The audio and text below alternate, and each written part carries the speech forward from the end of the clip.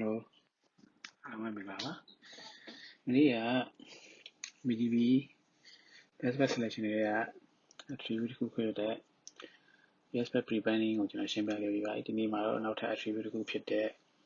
origin code ဆိုတော့ကျွန်တော်ရှင်းပြတော့ပါအဲ့လိုရှင်းပြဖို့အတွက်မနေ့က topology ပဲကျွန်တော်ပြန်သုံးပါတယ်ဒါပေမဲ့ကျွန်တော်ပိုပြီးရှင်းအောင်လို့ BGP ရောက်တာနှလုံးဖြစ်တဲ့ R4 နဲ့ R5 ကိုကျွန်တော် shut down လုပ်ထားပြီးတော့ဒီ AS 65123ကိုပဲကျွန်တော်IPGP configure လုပ်ထားတယ် OSP configure လုပ်ပြီးတော့ OSP 1 IPGP configure လုပ်ထားပြီးတော့ R1 ကနေပြီးတော့ R2 နဲ့ R3 ကနေ advertise လုပ်တဲ့ route တွေကိုဘယ်လိုမြင်ရလဲဆိုတာကိုကျွန်တော်ရှင်းပြပါပါအဲကျွန်တော်အချိန်ကုန်တက်အောင်လို့ IP address တွေက configure လုပ်ထားပြီးအဲ့မှာ original code မှာ origin code သုံးခုရှိတယ် BGP မှာ IGP EGP နဲ့ incomplete ဆိုပြီးတော့ရှိတယ်အဲ့မှာ EGP ကကျွန်တော်တို့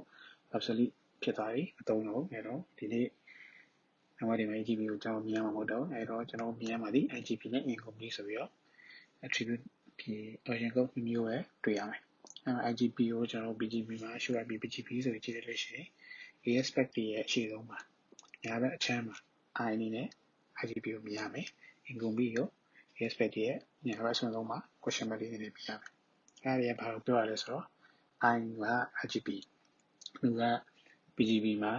prefix တွေ route တွေကိုကျွန်တော်တို့ BGP အောက်မှာ network command နဲ့ချိန်ညာလို့ရှိရင်ပေါ်လာ I ဆိုပြီးတော့ IGP ကဲလို့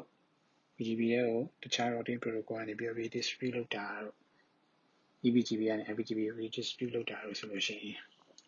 incomplete question mark လေးနေနဲ့ပေါ်မယ်အဲ့တော့ BGP မှာဒီ same route ကို BGP မှာမြင်ပြီဆိုလို့ရှိရင်သူက IGP နဲ့ကို incomplete နဲ့ကိုမြင်ပြီဆိုလို့ရှိရင် BGP ကသူက IGP ကို prefer ဖို့ဖြစ်တယ်အဲ့ဒါကျွန်တော်ပြောတဲ့ home ကိုကျွန်တော် lab လုပ်ကြည့်မယ် lab လုပ်ကြည့်မယ်ဆိုတော့ကျွန်တော် R2 နဲ့ R3 မှာကျွန်တော် loopback 23ကိုကျွန်တော် create လုပ်မယ်ပြီးရင်ပုံစံပြတဲ့အတိုင်း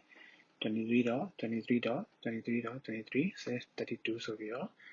IP address ကို assign ချမယ်ချပြီးသားအချိန်မှာကျွန်တော်မလုပ်မယ်ဆိုရင် R2 မှာအဲ့ loopback 23ကို connected route အနေနဲ့ route map တစ်ခုရေးမယ်ရေးပြီးသားလို့ရှိရင်အဲ့ connected route ဒီ connected interface ပေါ့နော်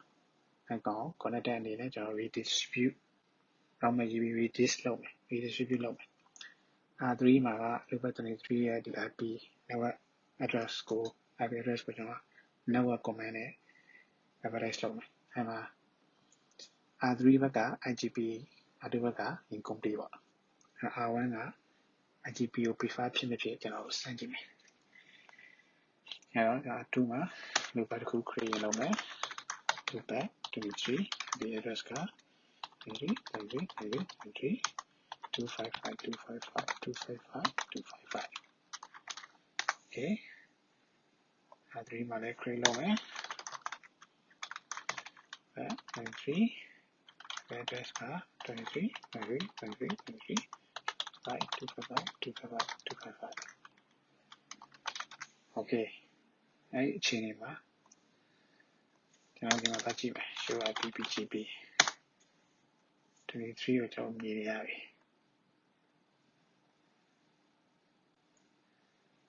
okay incomplete အနေနဲ့ကျွန်တော်မြင်နေရတယ်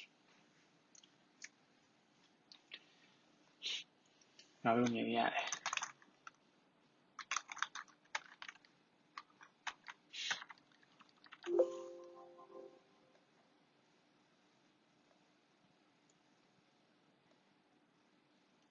ဒီမှာ I အဲ့ဒီ internal ဖြစ်နေလို့ okay internal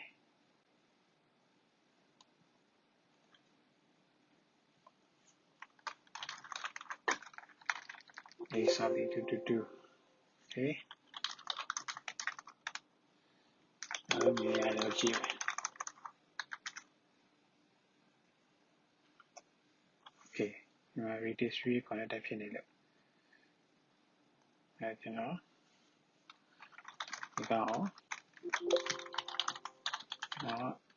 အကုန်လုံး connected ဖြစ်နေတဲ့ကောင်တွေအကုန်လုံးကျွန်တော် radius လုပ်ချင်တာမဟုတ်ဘူး